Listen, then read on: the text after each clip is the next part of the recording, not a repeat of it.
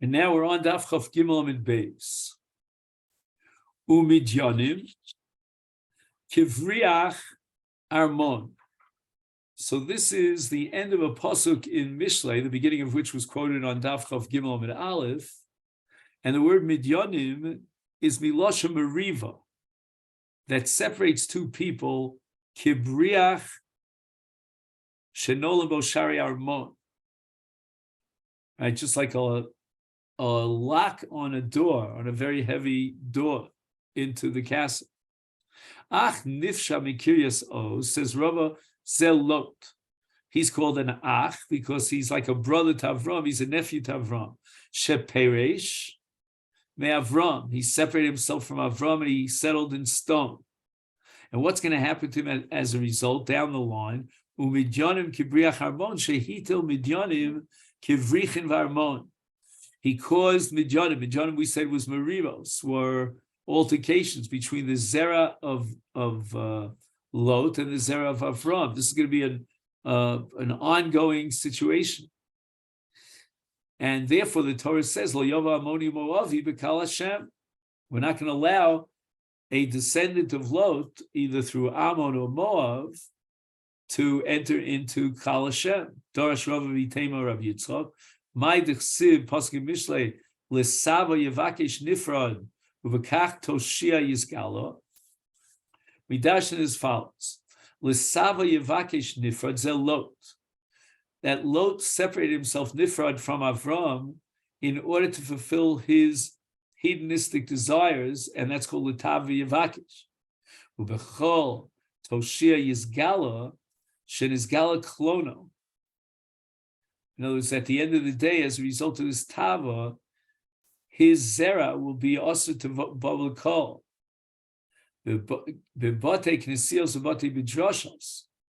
Meaning, whether or not you're talking about Torah Shebechsav, which we read in the Beis HaKnesses, and there we recite Lo Yova Amoni Moavi B'Kal Hashem, or Torah Shebal Peh, which is taught in the Beis Medrash, Tisnan, Amoni Moavi Asurim V'Isurim Isra Olam. That even if an Ammoni or a Moavi were to convert to Judaism, nevertheless, he would still not be allowed to marry into the Kal Yisrael, to marry a Jewish girl. And that Isra applies L'bneiim L'bnei Bneiim Ad Sof Kol Adoros. Omar Ula Tamar, who had a relationship with her own father-in-law, Yehuda, Zinsa, and we have Zimri, Zina. He was the Nasi of Shevet Shimon. He had a relationship with Kozbi Basur Nasi Midyan. But they were different in their kavanas. Tamar Zinsel Shem Shamayim, Kidei Lahamid, Zera Minat Tzadikim, is Yatsu Mimena Malachim. David, Shlomo, and their children were kings. Uneviim Amots and Yishayo ben Amots. They were descendants of Tamar.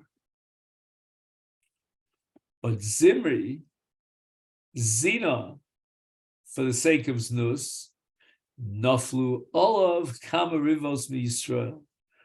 In the aftermath of his action with Kozi Bas Tzur, many thousands of Jews died in a Magefa. Rav Nachman Yitzchak Gedola, Veru Lishma, Mitzvah Shelo Lishma. Very difficult passage.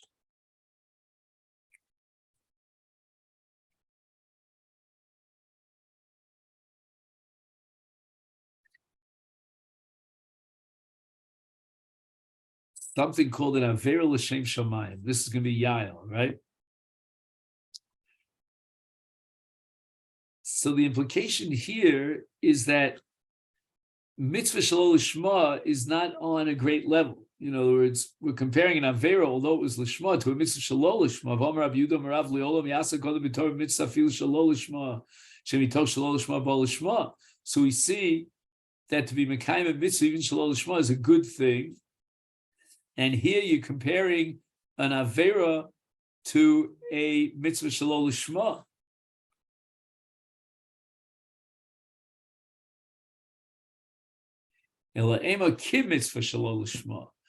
What we mean to say is that an Avera Lishma is on a high level, and it's equal to a Mitzvah Shelo Lishma. They're both on the same mila, the same madrega. So since mitoch shelo lishma ba lishma, so a mitzvah shelo lishma is chashuva, because it will ultimately bring to a mitzvah lishma.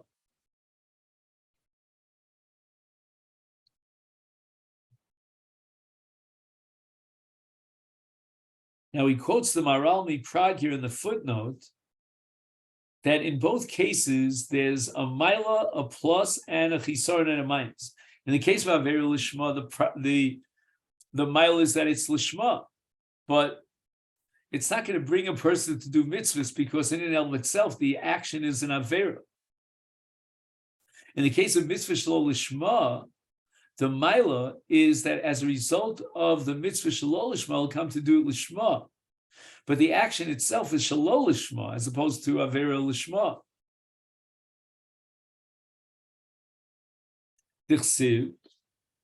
From where we derive this conclusion that there's such a thing called an avera lishma, and the pasuk in Shoftim Perkei says Tevorach minoshim yoel eshes chever hakeni minoshim bi'ol tevora.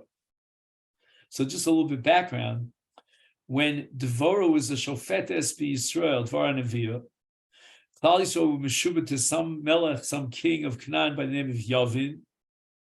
So Devorah gathered together the people with Barak ben Avinoam to a milchama, to break out into a battle against the Sar Tzava of Yavin in order to defeat Yavin. Who was the Sar Tzava of Yavin? It was Sisera.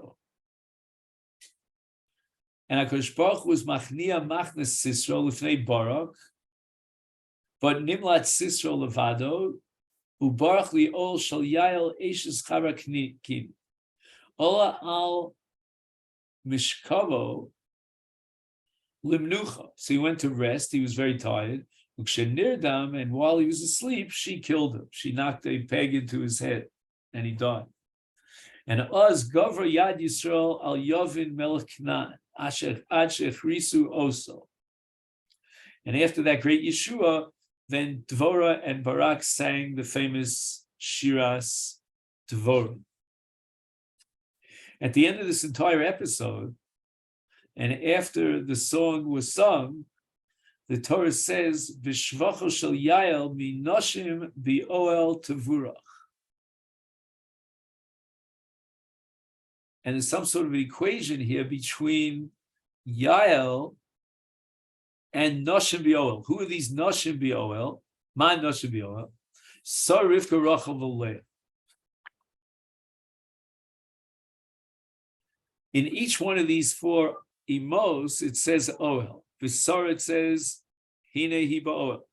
In Rivka, it says Vayavia Yitzchak Ohela Sarah Ima. In Rachel Leah it says Vayetze Me Oel Leah Vayova B'Oel Rachel. So the four emos are all B'Oel.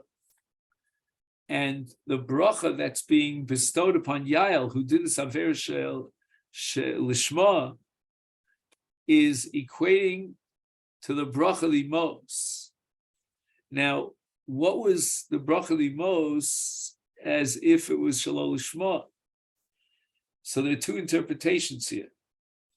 One is that the emos gave over their husbands, or I should say their husband, it's only one husband, I'm sorry, each one respectively their husband, to a shvacha. And the reason for that is because miskanos zu bezu. So that was like Shalol Lishma. The Maharsha doesn't like that. So he brings another interpretation that Masha Nivlu Imos Atzmul Baleim, they wanted to be Mamid Zera, but nevertheless, an Isha is not Mitsuva in the mitzvah period of a rivya. So that's kind of like an Aver Shalol Lishma. Rabbi Yochanan, Sheva B'ilos Balos, so Rosh B'Yos Asha. 7 times this sister had a relationship with Yael. And we derive it from the 7 times that it says in the pasuk Kriya, Nefila, and Shchiva, Shenemar, Bein Raglea Kara, that's number 1. Nafal, that's number 2. Shochav, that's number 3. Korah, number 4. Nafal is number 5. Bashar Korah, number 6. And Sham Nafal Shadud, number 7 in the Nefilah. And she was nisratza to have a relationship with him because of l'shem shamayim, lahatish kocho v'sucha laharga. Fracting Gemara v'achav mishanya maybe ila delay. How can you tell me that she gets such a reward compared to the Mimos when she had enough from the Be'ilos? Rabbi Yochanan called Tavasin Shal Rishon Mein El Roi Tzal Tzadikim. In other words, he was machnes bazuama, and that's not considered hanosh. She doesn't have hanosh from that. It was repulsive. Shenemar, when HaKadosh Baruch Hu warns Lavan in a dream that he shouldn't be rodef achar Yaakov, it says Yishama Lecha and Tidaber Yaakov mitov ad ra. So Gemara says Bishleima Ra. I understand Shapir that HaKadosh Baruch Hu doesn't want him to speak evil against Yaakov and curse Yaakov. Ella, but when it says Tov, am I low? What's wrong with Tov? The Tovaso shall Russia Ra he that even when a Russia seems to be blessing you or giving you something beneficial for you, it's always going to be Ra. So we see that a Hanoah that comes from Rishonim is not considered a Hanoah for Tzadikim, and therefore when Yael had a relationship 7 times over with Sisro, it's considered Ra to Yael, and therefore HaKadosh Baruch Hu is Mishabeach her, because she had kavanah l'shem shamayim to save Klal Yisrael. Gufa. Rabbi Yehuda Maravli. Olam yasok adam b'torah mitzvah fil shelo l'shma shemitoch shelo l'shma bo l'shma. How do we prove that a person should get involved in a mitzvah even if he's not totally l'shem shamayim? And the answer is shevischar boim ushnayim karbana shikr bolak harasha. Russia actually sacrificed a total of 42 karbanos for the Almighty. But why? Right, he didn't do it l'shem mitzvah. He didn't say hineni muchar mezuma, and he wanted to be makal Klal Yisrael, to curse Klal Yisrael, and he hired Bilam. And nevertheless, Yatza Zacha v'Yatzim and a Rus, who's the grandmother of David, who sang so many shiros with Tishbach's Kadosh Baruch Hu in Sefer Tehillim. She was the descendant of Balak. The Omar Rab Yossi, Rab Chanina, Rus Bas Benoshel El Eglon Melech Moav. Hi. Rus was a great granddaughter of Eglon, the king of Moab, and Eglon was from the Tzetzoim of Balak. Omar Rab Chia Bar Abba, Omar Rab Yochanan, Minayin Shein HaKadosh Baruch Hu Mekapeach Afil Schar Sicha Noah. Even something which is a dibur naki, and HaKadosh Baruch Hu will reward. And here's the difference between the first daughter of Lot and the second. Te'ilu Bechira, the older daughter of Lot, who became pregnant from a relationship with her father, the Kiryasa, and she called her child a language of preachers, Mo'av. Mo'av means may of, right? That I had this child from my father. So she wasn't sneistic and concealing about her znus. She was openly brazen about her znus, publicly announcing, proclaiming her znus. It's therefore Amalei Rachmana, the Torah says, Al Totzer Es Moav Al Tizkarabam Milcham. So Kadosh Baruch Hu says to Moshe that you shouldn't start in a milchama against Moab.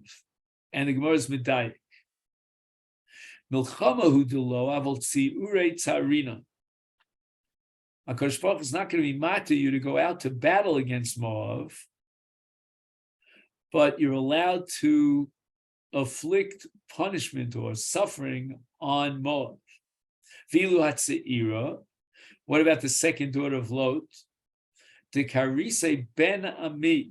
She used the more lashon nikia, and she called him Ammon. Ammon is miloshin ben Ami. She did not publicize the fact that she had a relationship with her father. Amalei, HaKadosh Baruch Hu says to Moshe, Al titzureim ve'al tizkarim ba'am. With regard to Ammon, Moshe was commanded, don't even, Milcham is not mentioned here, But I feel tzirei lo tzarinale, don't cause any pain or affliction against Ammon. Omar Rav Chia bar Ovin, Omar Rav Yeshua ben Karcheli, Olam Yachdim Odom Lidvar Mitzvah. She, the Bechira, took the initiative for Dvar Mitzvah. Again, even though there's one strike against her that she was not Machaseh B'tznius, the fact that she had a relationship with her father and she called the child Mo of, me of.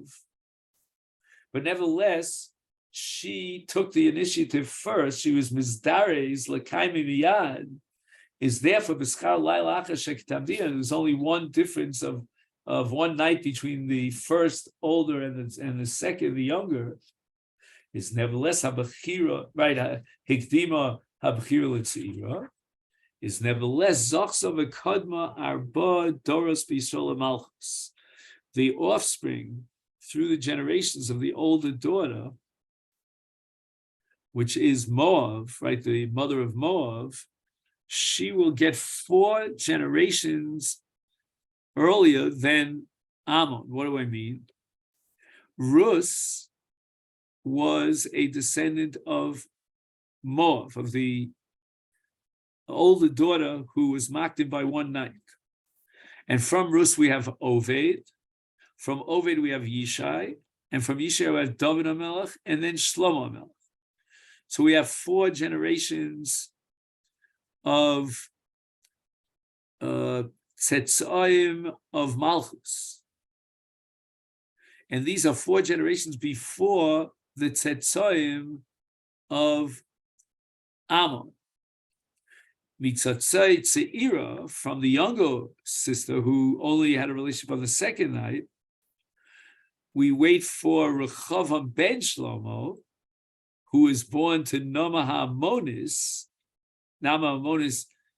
and that's already the descendants of Ammon, and this is already 4 generations after Oved.